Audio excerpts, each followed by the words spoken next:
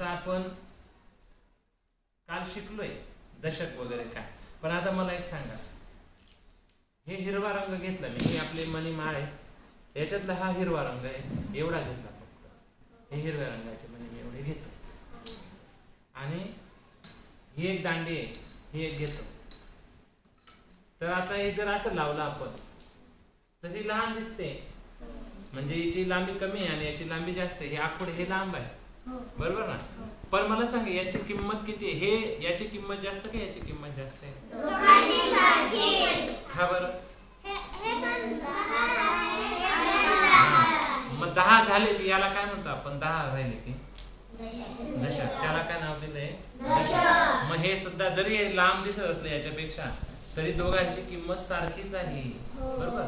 मग आता ही उर्वशी म्हणेल नाही सर मला हे नको, हे धरे हे, आणि उर्वशी याच्यातले गेले 1 2 3 4 5 6 7 8 9 आणि हे 10, हे 10 घेतले उर्वशी. 10 उर्वशीकडे हे 10 असे धर समोर, हे 10 आहे, माझ्याकडे हे आहे. मग याच्यातलं नेमका दशक कोणाला म्हणायचं? एकाला बी दशक नाही म्हणायचं, आणि याला काय म्हणायचं? याला काय म्हणायचं? मग याला पण दशक, आणि याला एकक म्हणणार, ते सुट्टे आहेत. हा 10 एकक, हा काय 10 एकक, पण आपलं तर ठरलेलं आहे 10 जर झाले की ते एकत्र बांधून टाकायचे असतात. मग हे 10 एकत्र करून घेतले तर यालाच काय म्हणणार? दशक. 10 एकत्र केले की याला म्हणणार दशक. आता तुम्ही म्हणणार आता हे मणी आहेत आपण, हे मणी, याच्यातला एक मणी जर काढून घेतला हा फक्त एवढा, तर याला दशक म्हणणार का? याला काय म्हणणार? किती एकक? याला या की, आणि अजून एक याच्यात वाढवला, मग याचं नाव 2 आहे का? हे दोघं मिळून 2 झाले, दोघं मिळून 2 झाले बरं का? असं धर एक मिनिट, असं मोजताना आपण असं करतो बघा, असं 1 2, मग हा 2 आहे का? नाही, हे दोघं मिळून 2 झाले, याचा दुसरा नंबर आहे, कळलं का? आता हा 3, या 3 एकक मध्ये हा 1 एकक मिळवला की 4, 4 एकक मध्ये हा 1 एकक मिळवला की हे 5, 5 एकक मध्ये हा 1 एकक मिळवला 6, 6 एकक मध्ये 1 एकक मिळवला 7 एकक, 7 एकक मध्ये हा 1 एकक मिळवला 8 एकक अधिक 1 एकक 9 एकक अधिक 1 एकक 10 एकक, बरोबर? 10 एकक, आणि याला दुसरं काय नाव दिलं आपण? 10 झाले की त्यांचा एकत्र केले, हा दशक झाला. हा काय झाला? एक दशक. याच्यामध्ये एकक किती आहेत बरं? 10, आणि दशक किती आहे? 1. टाळा याच्यासाठी. तसंच आता हे उर्वशीने जेव्हा घेतले, दाखव उर्वशी हातासाठी. आता तुम्ही मोजा, हा 1 एकक, 2 एकक, 3 एकक, 4 एकक, 5 एकक, 6 एकक, 7 एकक, 8 एकक, 9 एकक, 10 एकक, 10 एकक. आता हे असे एकत्र करून दिले, याला काय म्हणणार? किती दशक? दशक किती? दशक 1 दशक, आणि एकक विचारलं तर 10 एकक. शाबास, काय तुम्ही कसं घ्यायचं? कळलंय का तुम्हाला? आता मी तुम्हाला थोडं फसवणार.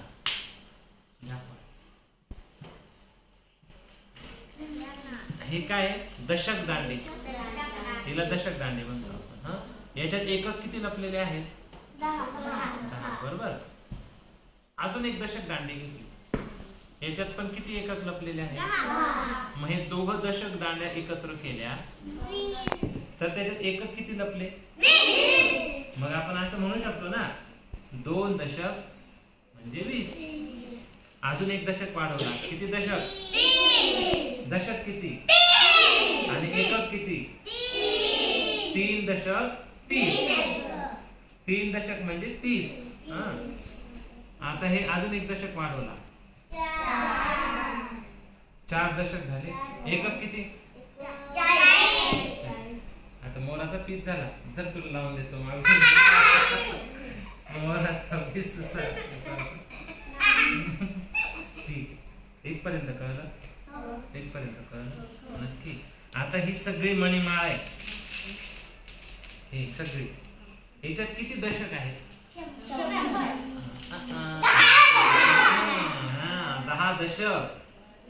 मी ज्यावेळेस एकक म्हणेल तेव्हा एक एक सांग. हे बघा, एकक शब्दात एक आवाज येतो ना, मग एकक म्हणाल का तर एक एक किती आहेत ते मोजायचे, आणि दशक म्हणलं का 10 किती आहेत ते मोजायचं. आता याच्यात रंग किती आहेत तुम्हाला माहिती? याच्यात रंग किती आहेत? रंग किती आहे? रंग 10 आहे. हा एक रंग म्हणजे 1 दशक, हा दुसरा रंग म्हणजे 2 दशक, हा तिसरा रंग 3 दशक, हा चौथा रंग 4 दशक, हा 5वा रंग 5 दशक, हा 6वा रंग 6 दशक, हा 7वा रंग 7 दशक, 8वा रंग 8 दशक, 9वा रंग 9 दशक आणि 10वा रंग 10 दशक. 10 दशक. आणि मणी किती झाले हे सगळे? 100. मग हा मलक नाही सर हे 100 सांगते, खोटं बोलते, हे तर 10 दशक आहे. मग चूक का बरोबर? त्याचं चूक का बरोबर?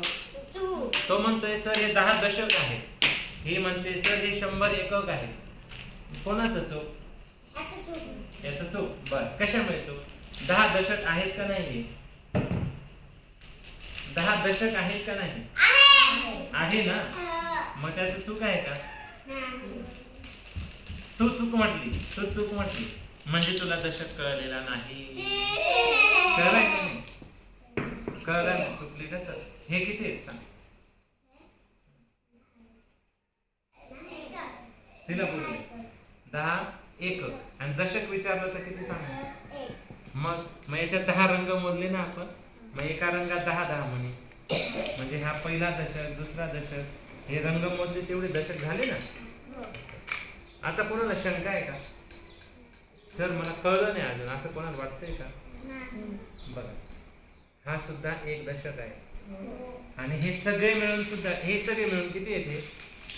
जर मी 100 एकक आणि दशक विचारलं तर किती दशक? आता मी ही एक पाटी घेतो, याच्यात हिला शतक पाटी, हे आपण काल शिकलो, ही शतक पाटी. मग ही शतक पाटी आहे आणि हे मणिमाळ आहे पूर्ण. कोणाची किंमत जास्त आहे? शाबास. याच्यात सुद्धा किती आहे? आणि हे सुद्धा, म्हणजे हे जास्त दिसत आहे पण हे 100च आहे. याच्यात आता 100 रुपयाची नोट तर पाहिली सगळ्यांनी, कोणी पाहिली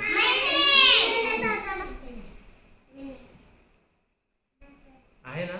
इथे तर 100 रुपये जमा केलेले बँकेमध्ये, आपल्या शाळेच्या बँकेत. तर 100 रुपयाची नोट तर याच्याहून हलकी असते, याच्याहून पण हलकी असते. मग आता मला सांगा, 100 रुपयाची नोट,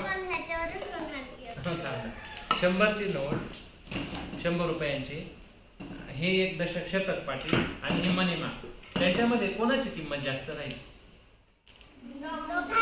नाही, आणि 100 रुपये अजून तिघांमध्ये 100ची नोट, हे शतक आणि हे, कोण जास्त त्याच्यातलं?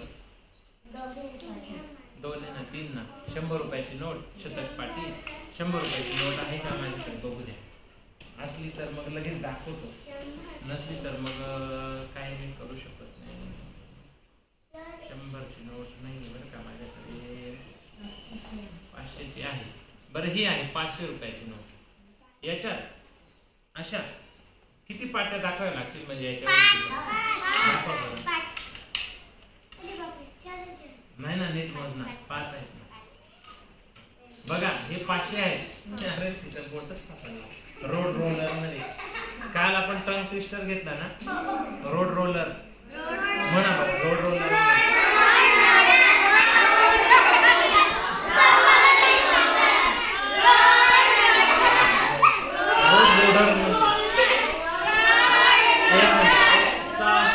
हेलो, हाय, हेलो, हाय, हेलो, घरी जाय. कळलं? हे 500 रुपये म्हणजेच 5 शतक, म्हणजे या शतकच्या 5 पाट्या. अशा अजून किती माळा लागतील मग एवढे होण्यासाठी? अजून किती लागतील? 4. शाबास, टाळ्या वाजवायच्यासाठी. अजून अशा 4 माळा घेतले की 500 होणार. हे तर 500 रुपये 500 झालेलेच आहे आणि हे 500 रुपये आहेत. कळलं का? हे आता आपण थोडीशी उजळणी करून घेतली ही आणि बाकीचं मग आपण याला इंग्रजीमध्ये काय म्हणतात रे? पॉकेट नाही म्हणत याला, इंग्लिश मध्ये वॉलेट म्हणायचं.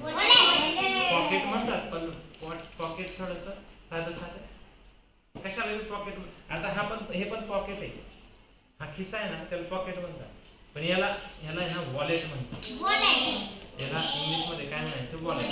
आणि आपल्या साध्या भाषेमध्ये इथे ना यालाच पाकिट पण म्हणून घेतात, बरोबर ना?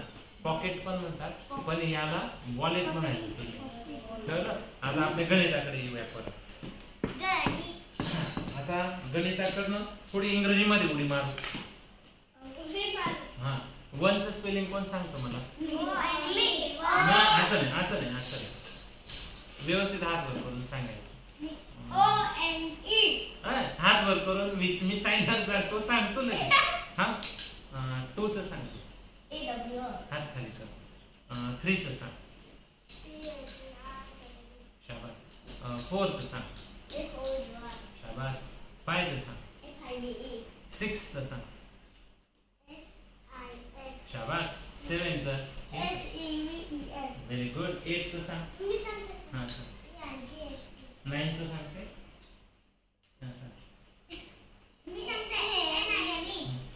हा, तिला सांगू दे. नाही हे सांगू दे. तू 10 चं सांग.